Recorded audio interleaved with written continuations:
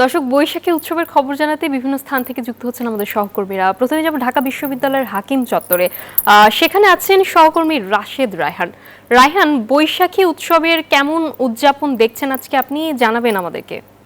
নাফিসা, যেমনটি বলছিলেন, উৎসব কিন্তু চারিদিকে একেবারে রঙে রঙিন হয়ে উঠেছে। যেহেতু বছর ঘুরে বাঙালির সবথেকে প্রাণের উৎসব, সবচেয়ে বড় উৎসব নতুন বছর এসে শুরুর দিনটা পহেলা বৈশাখ, সেটি এসেছে এবং সেটি নিয়েই কিন্তু সবাই আসলে মেতেছে। শুধু বাঙালি যারা আছে তারাই নয়, অন্যান্য নৃগোষ্ঠীর এবং দেশের বাইরে যারা নাগরিক আছেন, যারা বাংলাদেশে রয়েছেন, তারাও কিন্তু আসলে এই আয়োজনে মেতে উঠেছেন। এবং সকাল থেকে যে শোভাযাত্রা র্যালি সেগুলো ছিল, সেখানে কিন্তু আসলে এই যে বৈশাখের আমেজ বা উৎসব, সেটি কিন্তু শেষ হয়ে যায়নি।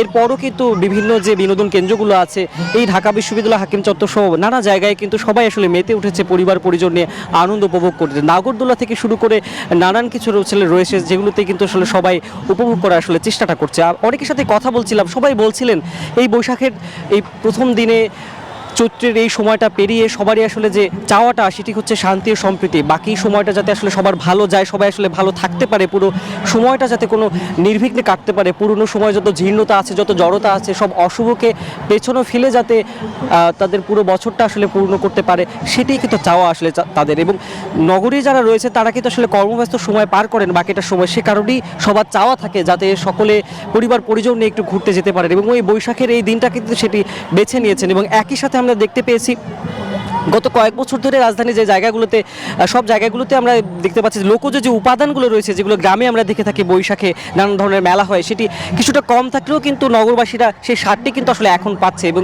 আমার সামনেই কিন্তু দেখতে পাচ্ছেন নাগরদোলা রয়েছে এবং নানান ধরনের কিন্তু রাইড সেখানে রয়েছে, যেগুলো আসলে একেবারেই গ্রামীণ স্বাদ কিন্তু আসলে এই থেকে আসলে পাচ্ছে। এবং শিশু থেকে শুরু করে বড়রা সবাই কিন্তু আসলে এই আয়োজনে একেবারে মেতে উঠেছে। এবং বৈশাখ যে শুরুটা হওয়া, সেই শুরুর সাথে কিন্তু মানুষের জীবনও নতুনভাবে একটু আনন্দের সাথে আসলে নতুন করে সবাই কিন্তু শুরু করছেন, তেমনটা কিন্তু বলছেন। এবং সবাই কিন্তু রঙিনভাবে সেজেছেন এবং সবারই চাওয়া যাতে বাকি সময়টা সবার ভালোভাবে কাটবে, এরকমটাই প্রত্যাশা করছেন সবাই। আমাদের অন্যান্য সহকর্মীরা বিভিন্ন জায়গায় রয়েছেন বৈশাখের খবর জানাতে। আমরা এই মুহূর্তে চলে যাব বাংলা একাডেমিতে, আমাদের সহকর্মী শাখালি জয় সেখানে রয়েছেন, জানাবেন সেখানে বৈশাখ উদযাপনের খবর। জয়। রাশেদ, আপনাকে ধন্যবাদ। আসলে বাংলা নববর্ষকে বরণ করে নেয়ার যে উৎসবের আমেজ, সেই আমেজ কিন্তু পুরোপুরি টের পাওয়া যাচ্ছে ঢাকা বিশ্ববিদ্যালয় এলাকায়। আপনি জানেন যে ইট পাথর আর কংক্রিটের এই নগরীতে সবুজের দেখা পাওয়া ভার, সেখানে কিছুটা সবুজের সমারোহ আমরা দেখতে পাই ঢাকা বিশ্ববিদ্যালয় এলাকায়।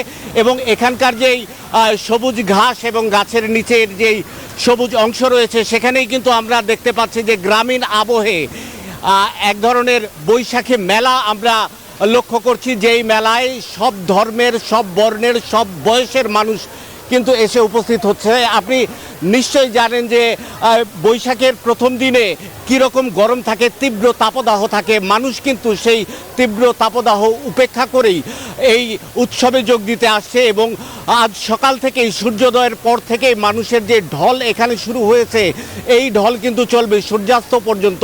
এ থেকেই কিন্তু বোঝা যায় যে বাঙালি যে সংস্কৃতি, বাংলা যে লোকজ উপাদান, তার প্রতি মানুষের কতটা ভালোবাসা, কতটা সম্মান, কতটা আপন করে, কতটা নিবিড়ভাবে মানুষ সেটিকে উপভোগ করে, তা কিন্তু আমরা এখানে বুঝতে পারি মানুষের এই ঢল দেখে। আপনি নিশ্চয়ই জানেন যে পহেলা বৈশাখ একটি সার্বজনীন উৎসব, যেখানে সকল ধর্মের মানুষ যোগ দেয়। অর্থাৎ বাংলা ভাষায় যারা কথা বলেন, যারা বাংলা সংস্কৃতিকে ভালোবাসেন, বাংলা কৃষ্টি কালচারকে ভালোবাসেন, তারা কিন্তু এসে যোগ দেন এই পহেলা বৈশাখের উৎসবে। তো সব মিলিয়ে আমরা দেখতে পাচ্ছি যে এক ধরনের উৎসবের আমেজ চলছে এবং আজ সন্ধ্যা পর্যন্ত এই আমেজ চলবে, এ বিষয়ে কিন্তু আমরা বুঝতে পারছি। তো সারা দেশে কি পরিস্থিতি চলছে তা আমরা জানার চেষ্টা করব। পার্বত্য চট্টগ্রাম এলাকায় রয়েছেন আমাদের সহকর্মী নয়ন বড়ুয়া। জয়ের কাছে যাব। জয়, পার্বত্য অঞ্চলে নতুন বছরকে বরণ করে নেওয়ার কি আয়োজন আছে আমাদের যদি জানাতেন। শুভেচ্ছা শাহালি জয় আপনাকে। আমি পার্বত্য অঞ্চলে এসেছি খাগড়াছড়িতে। দেখতে পাচ্ছেন খাগড়াছড়িতে সমতলের মতো কিন্তু পাহাড়ি জনগোষ্ঠী যারা আছে, তারা নতুন করে এইভাবে নাচে গিয়ে নতুন বছরকে বরণ করে নিচ্ছে। সকাল থেকে নানা আয়োজন, শোভাযাত্রার মধ্য দিয়ে আনুষ্ঠানিকতা শুরু হয়েছে। এখন কিন্তু চলছে জলকেলি অনুষ্ঠান। সাংগ্রাই অনুষ্ঠানের যে একটি মূল আকর্ষণ রয়েছে জলকেলি অনুষ্ঠান। এই জলকেলি অনুষ্ঠান আমরা দেখতে পাচ্ছি, অনুষ্ঠানে বিভিন্ন বয়সের নারী পুরুষ তারা সমবেত হয়েছেন।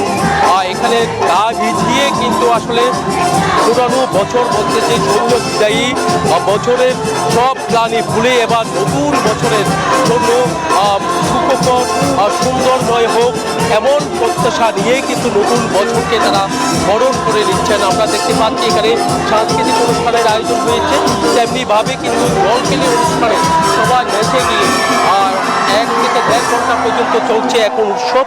এই উৎসবের মধ্য দিয়ে কিন্তু জানান দেওয়া হচ্ছে বাঙালিদের সাথে যে পাহাড়ে বসবাসরত যারা জনগোষ্ঠী রয়েছে তাদের মধ্যে যে একটা বড় ধরনের একটা মিল এই উৎসবে প্রমাণ করছে। এখানে বাঙালি এমনকি পাহাড়ি সবাই সমবেত হয়ে একসাথে কিন্তু এই উল্লাসে যোগ দিয়েছেন।